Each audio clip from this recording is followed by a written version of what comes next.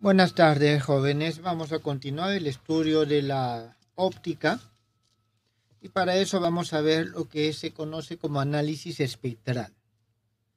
Ya desde tiempos de Newton se realizaron una serie de experimentos en los cuales se demostraba o se comprobaba de que la luz blanca era una superposición de luces de colores, de una gran cantidad de ondas. ¿Está bien? Entonces la luz blanca no es una luz, digamos, pura, sino es la combinación, la superposición de un gran conjunto.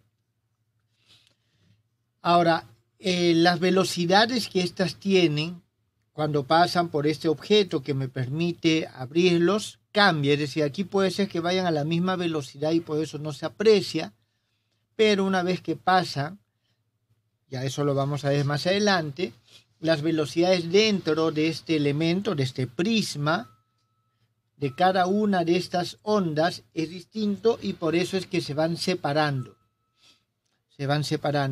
y finalmente nos muestran lo que se conoce como las componentes espectrales. ¿Está bien? Entonces, inicialmente se tenía pensado de que la luz eran paquetes, eran partículas que viajaban, esa era la concepción de Newton, se movía en línea recta. Pero ya con la óptica ondulatoria se asumió la naturaleza ondulatoria de la luz. Entonces, aquí nosotros podemos afirmar lo siguiente. La composición espectral se determina exclusivamente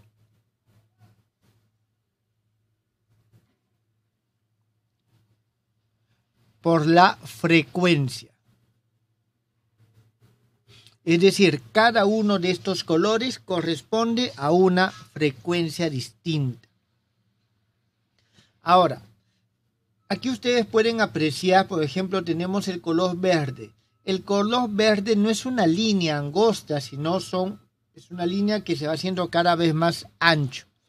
Entonces ahí tenemos nosotros lo que se conoce un intervalo espectral.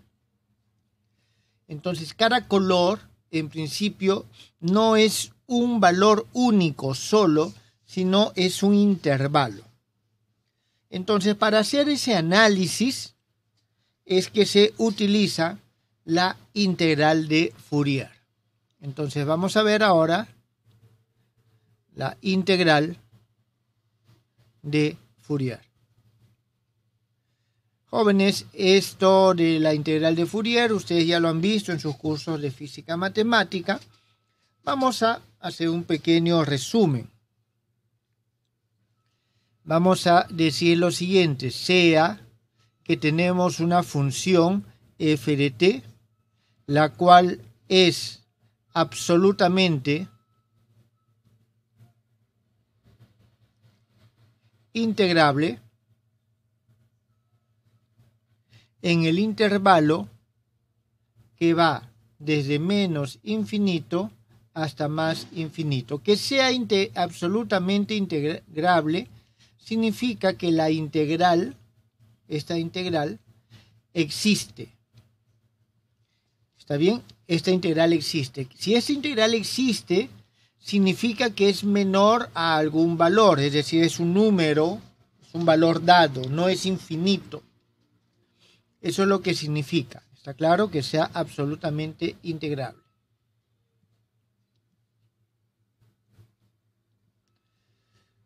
Muy bien.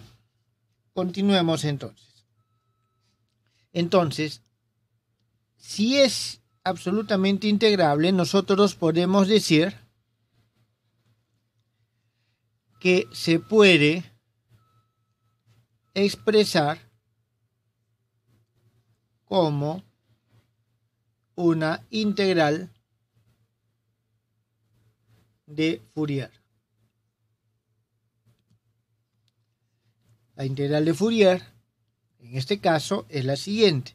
Esta f de t es igual a 1 sobre pi, integral desde 0 hasta el infinito, a omega coseno de omega t más b, que es función de omega, seno de omega t, d de omega. También podemos esto escribirlo como 1 sobre pi, integral desde 0 hasta el infinito, f sub 0 de omega coseno de omega t menos phi de omega d de omega. Bien, esta, jóvenes, es la... A ver, esto que está aquí, todo esto, es la fórmula integral de Fourier.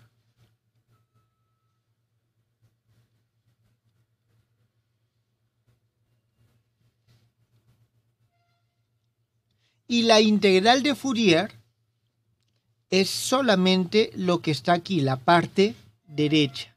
¿Está claro? O esta o esta.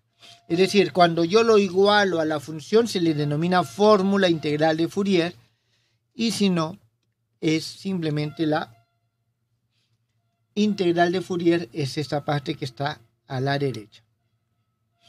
Esta va a ser nuestra expresión número 1.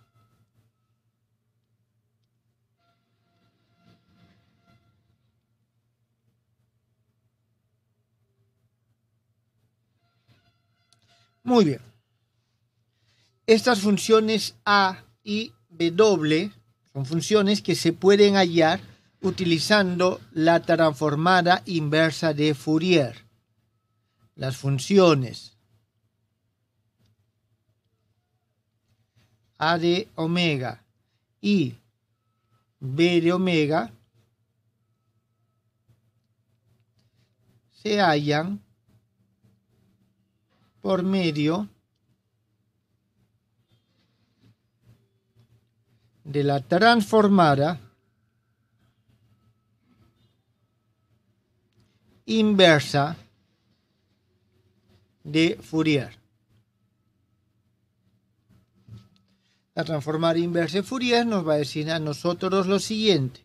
Este a de omega es igual a la integral desde menos infinito hasta más infinito f de t coseno de omega t de dt, y el b de omega es igual a la integral desde menos infinito hasta más infinito f de t seno de omega t de dt. 2. Aquí es necesario precisar lo siguiente. Estamos utilizando este factor 1 sobre pi, en, digamos, la fórmula de Fourier, y aquí no tiene factor. En algunos textos van a encontrar de que aquí es 1 sobre raíz de pi, y aquí también utilizan el 1 sobre raíz de pi. ¿Está claro? Nosotros vamos a utilizarlo en este caso de esta forma. Es exactamente lo mismo. Muy bien. Hay ciertas propiedades que ustedes conocen. Por ejemplo, si es que la función es impar, los coeficientes b son iguales a 0. Disculpen, si la función f es par, los coeficientes b son iguales a 0. Si la función f es impar, estos son iguales a 0. A ver, vamos a colocarlo aquí. Si f de t es par, entonces tenemos que los b, todos los b son iguales a 0. Y si la función es impar, entonces, en este caso, todos los a son iguales a 0.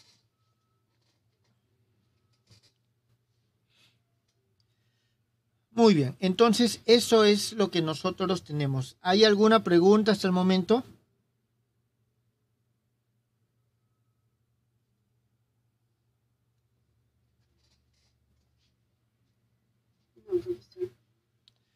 Muy bien. Entonces, aquí nosotros vamos a tener lo siguiente. La magnitud A omega, B omega y F sub 0, que es igual a la raíz cuadrada de A cuadrado más B al cuadrado, estas magnitudes reciben el nombre de amplitudes espectrales o amplitudes de Fourier. Ahora, aquí vamos a notar algunas características de estas funciones. En primer lugar, esto, ya que es la raíz cuadrada de un número al cuadrado, nosotros vamos a tener de que esta función f sub 0 es una función par. Es decir, f sub 0 de omega es igual a f sub 0 de menos omega. La fase es una función impar. La phi de omega, o sea, la fase inicial es menos phi de menos omega. ¿De dónde sale esto? Esta última relación está asociada al hecho de que el A de omega es una función par y el B de omega es una función impar. Y esta fase es el arco tangente de B sobre A. El arco tangente de B sobre A. Muy bien, entonces esto es lo que nosotros tenemos, son características que ustedes ya conocen. Ahora, sin embargo, con frecuencia trabajar con senos y cosenos no es muy cómodo. Entonces, en esos casos, estas propiedades que nosotros tenemos de f sub 0 y phi nos permiten ampliar el concepto a una región mayor. Jóvenes, fíjense aquí lo siguiente, estoy integrando, esto es de 0 hasta el infinito. ¿Por qué? Porque estoy integrando con respecto a las frecuencias. No existen frecuencias negativas. Sin embargo, las propiedades de estas funciones f sub 0 de omega y phi de omega,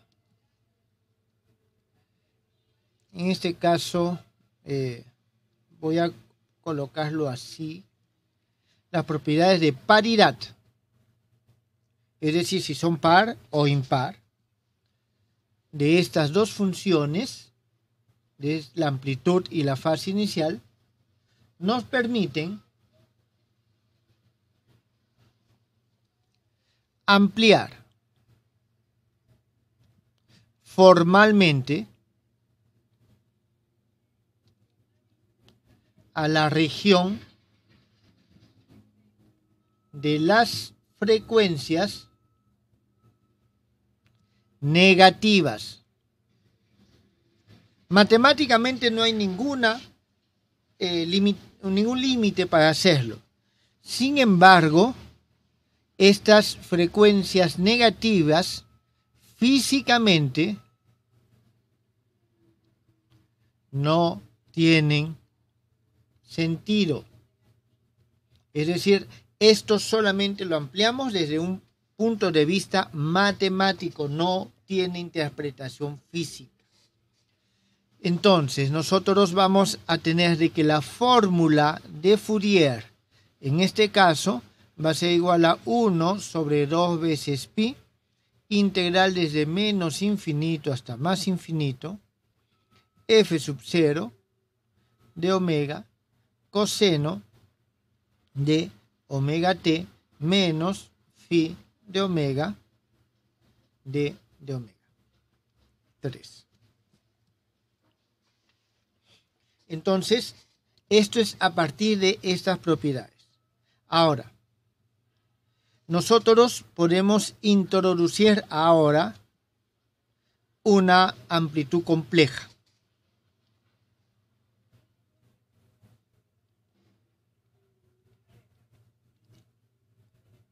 Introduzcamos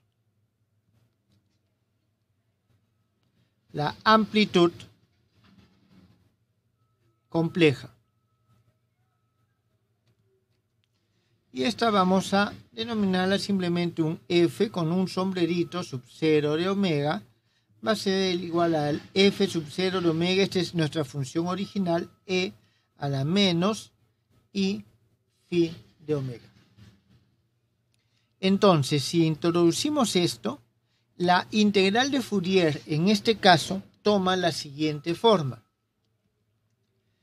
F de t es igual a 1 sobre 2 veces pi, integral desde menos infinito hasta más infinito. Esta imagen o esta amplitud compleja de Fourier, e a la i omega t de omega.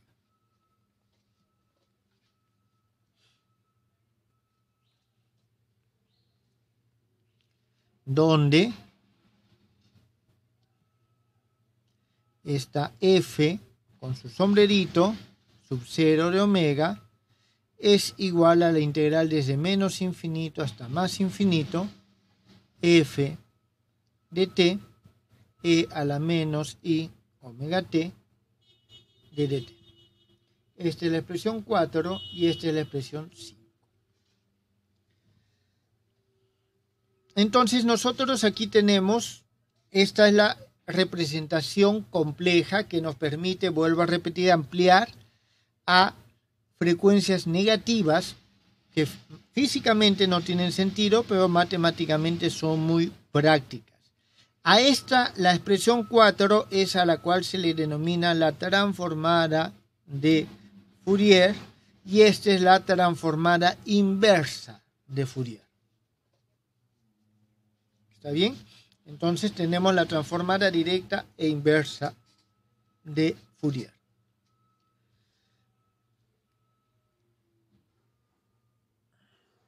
Bien, nosotros podemos establecer la relación entre este f sub 0 y este de acá. Y vamos a decir lo siguiente, notemos que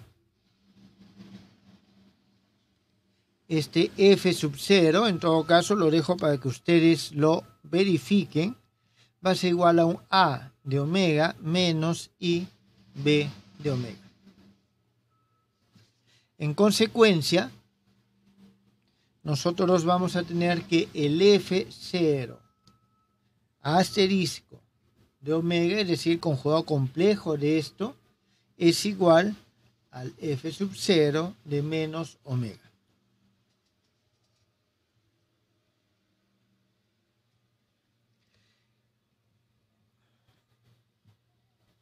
Para casos prácticos,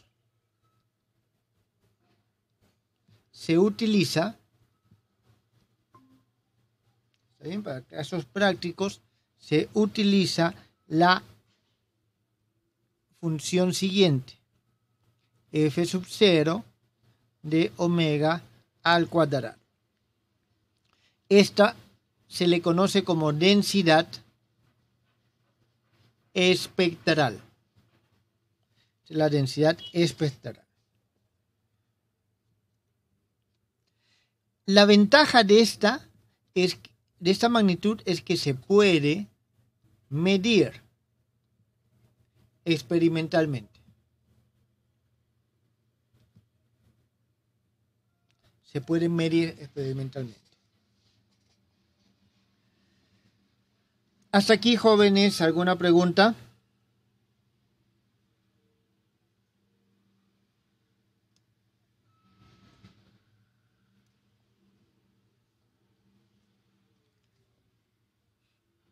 Vamos a hacer algunos ejemplos para ilustrar lo que acabamos de hacer. Ejemplo 1.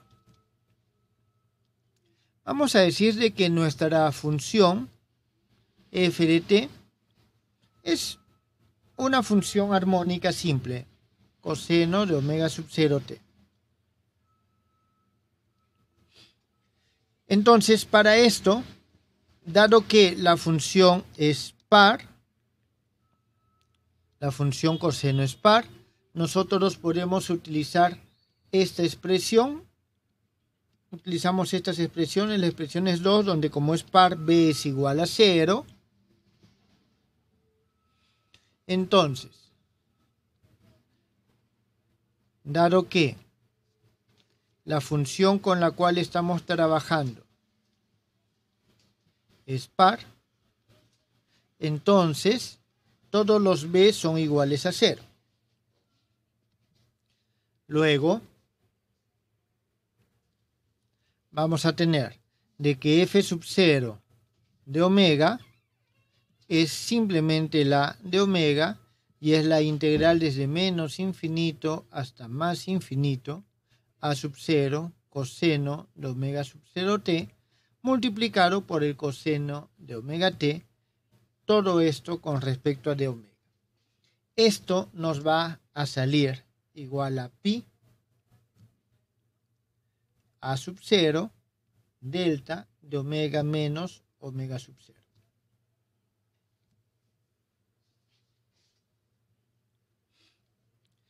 Aquí hay que tener en cuenta de que este delta de omega menos omega sub 0 no es otra cosa que la función delta.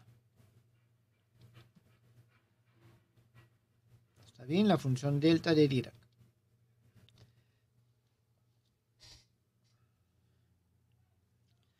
Ya ustedes saben de que si estos dos son distintos, es igual a 0. Si son iguales, la función toma el valor de infinito. ¿Está bien? Entonces, si son distintos de ceros, no hay nada que medir. Si son iguales es infinito, tampoco hay nada que podemos calcular. Luego, utilizando la expresión 1, que es la transformada directa, vamos a tener lo siguiente. De que f de t es igual a 1 sobre pi, integral desde 0 hasta el infinito, a omega, coseno de omega t, de omega, igual a la sub 0, integral desde 0 hasta omega, delta omega menos omega sub 0, coseno de omega t, de dt, y esto es a sub 0 coseno de omega sub 0t.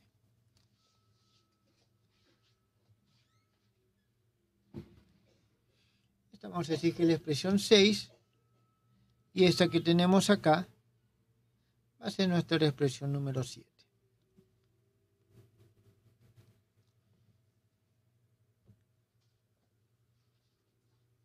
Para hallar 7 hemos empleado las propiedades de la función delta. En nuestro caso, el argumento omega es solamente uno, el mismo omega sub 0. Hasta aquí, jóvenes, ¿esto está claro?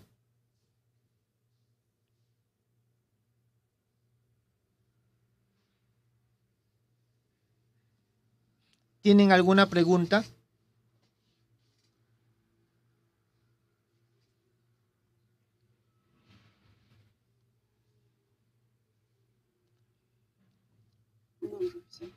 Bien.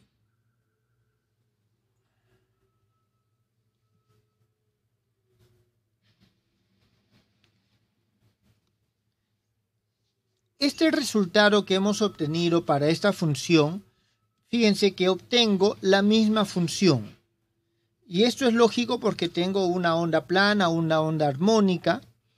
Entonces, lo que nos está diciendo es lo siguiente, de que el f de t, o el f sub 0 de t, tiene únicamente un argumento, el omega sub 0. Entonces, esto nos permite una representación de esta función.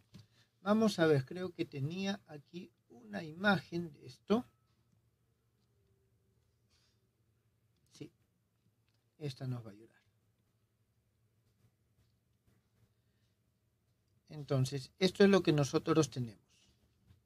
¿Qué es lo que tenemos aquí? Aquí tenemos la función f de t, que es una función coseno. Ustedes la ven, 1 en 0, 0 en pi medios y así. Tenemos la función coseno.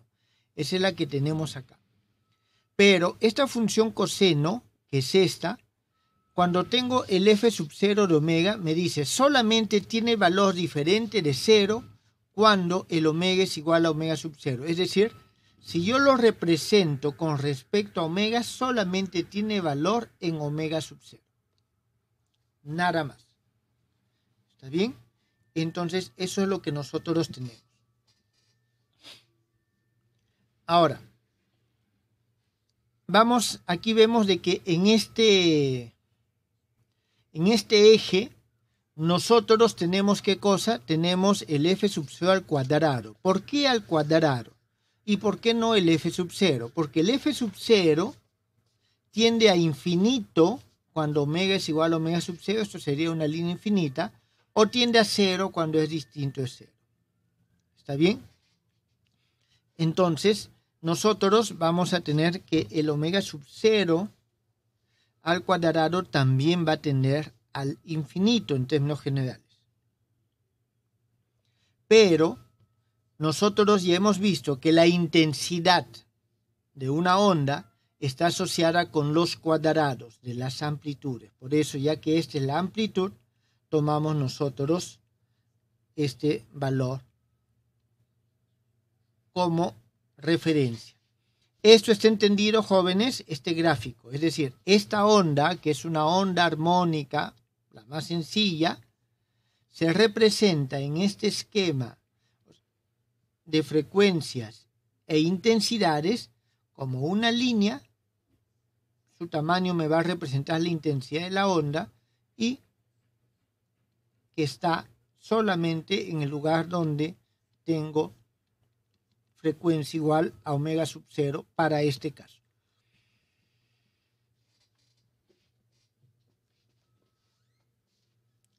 ¿Alguna pregunta, jóvenes?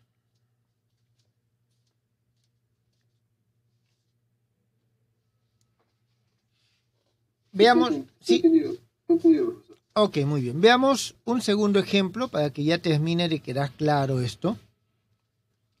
Vamos a decir ahora que nuestra función es f de t, que es igual a un a e a la menos t sobre tau coseno de omega sub 0t.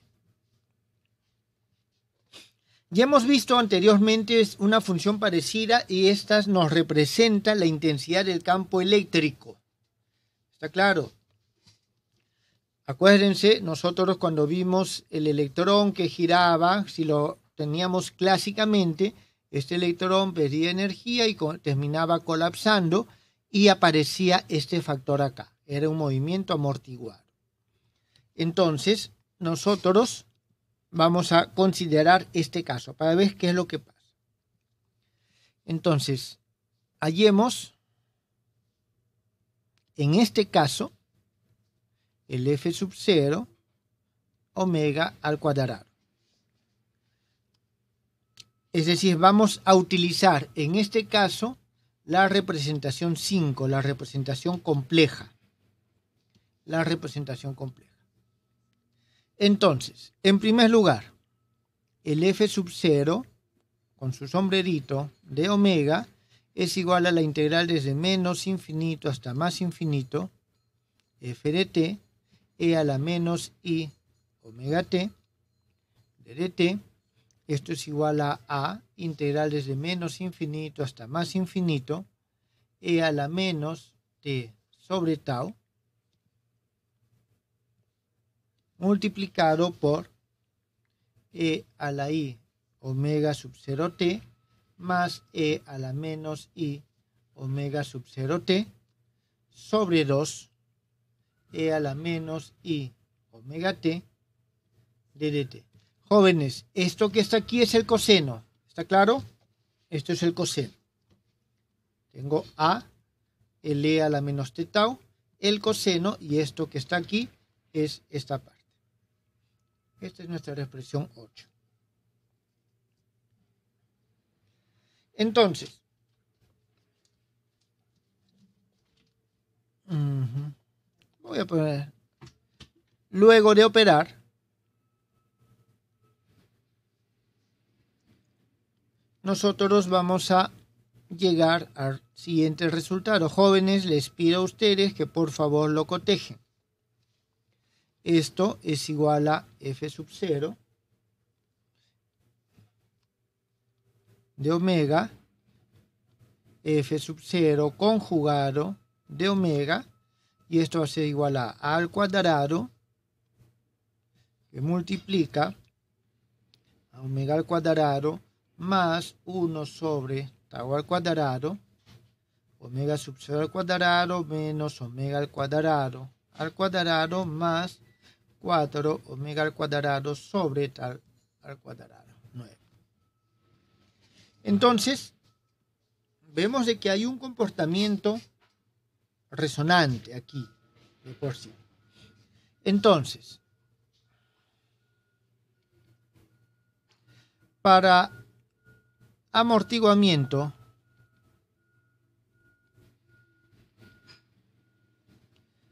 leve o débil, como queramos llamarlo, es decir, cuando el omega sub 0 es mucho mayor que el 1 sobre tau,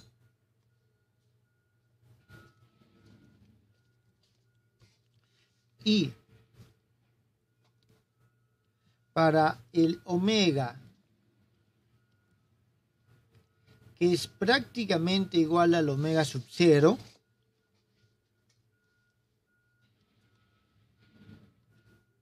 esta expresión 9 se simplifica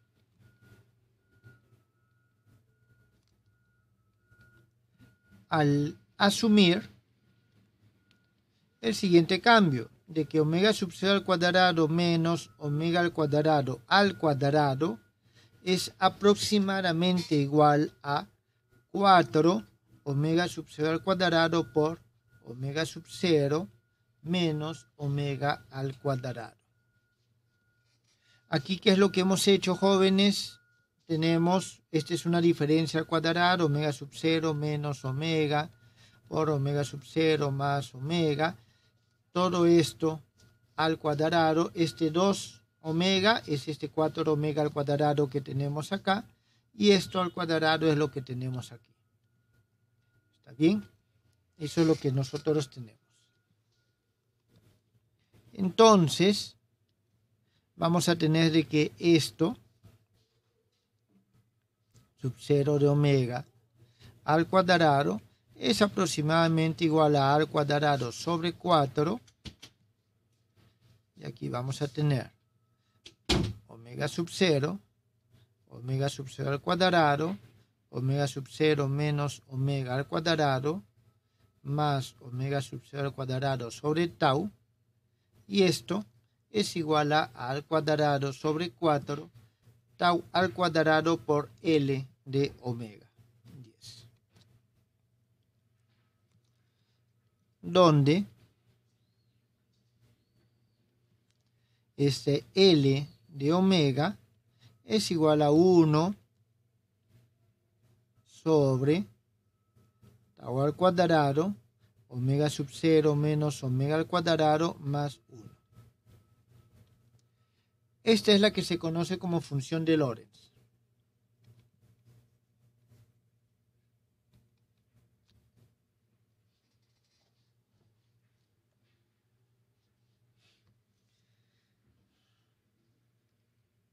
A ver, vamos a ver.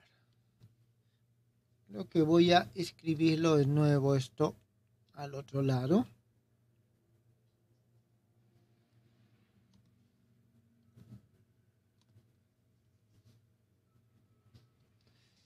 Entonces tenemos nosotros esta que es la función de Lorentz. Y, a ver, esto se representa así. Esta es la función de Lorentz. Es decir, si nosotros lo graficamos, su dependencia de este factor omega menos omega sub 0 por tau va a tener esta forma. Aquí al ponerlo estamos centrando, está bien, centrando el máximo. Ahora,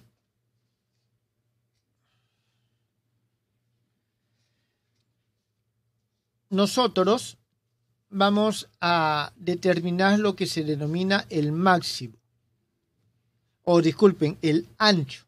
El ancho es cuando nosotros hacemos de que se reduzca en la mitad.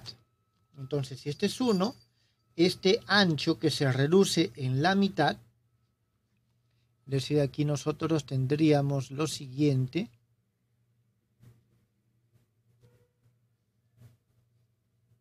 Esto que tendríamos, bueno, aquí el dibujo me sale aproximadamente igual a 1, no es necesariamente así. Esto es lo que nos está dando el ancho de este contorno, ¿está bien? Y sale de esa condición, entonces nosotros vamos a tener de que un medio va a ser igual a 1 sobre, aquí vamos a tener tau delta de omega sobre 2 al cuadrado más 1. Entonces, de esta condición nosotros obtenemos de que este delta de omega es igual a 2 sobre tau. Mientras mayor es el tiempo de amortiguación, menor es este intervalo. Es decir, más angosto es el contorno. A mayor tiempo, menor, más angosto es este contorno. En el límite,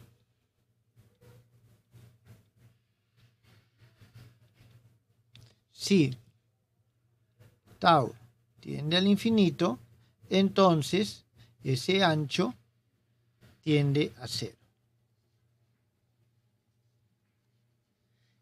¿A qué se refiere este? Es decir, el tiempo en que se amortigua. El tiempo en que se amortigua tiende al infinito. ¿Eso con qué coincide? Con este caso. En este caso, esta onda tiene un tiempo muy largo de amortiguación. En este caso, tiende al infinito, significa que no se amortigua. ¿Está claro? No se amortigua y en consecuencia su espectro, el ancho del espectro tiende a 0, es solamente una línea. En este caso, el tiempo de amortiguación, acá está, es diferente, no es infinito. Si fuese infinito, esto es 0 y esto se hace 1 y tenemos el caso anterior. En este caso es finito. Entonces, como es finito, mientras más pequeño sea, más ancho es el espectro. ¿Eso, jóvenes, ha quedado entendido?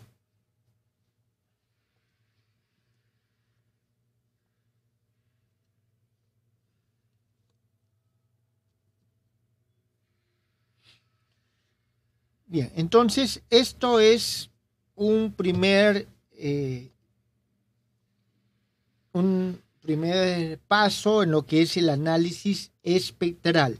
Y lo importante es que queda definido esto, este delta de omega, que es lo que se conoce como el ancho del espectro. El ancho del espectro. Si es una onda plana va a ser una sola línea y el ancho es igual a 0. Si es una superposición de ondas, dependiendo de la forma que tienen, vamos a tener un ancho dado. Entonces aquí tenemos la descomposición espectral.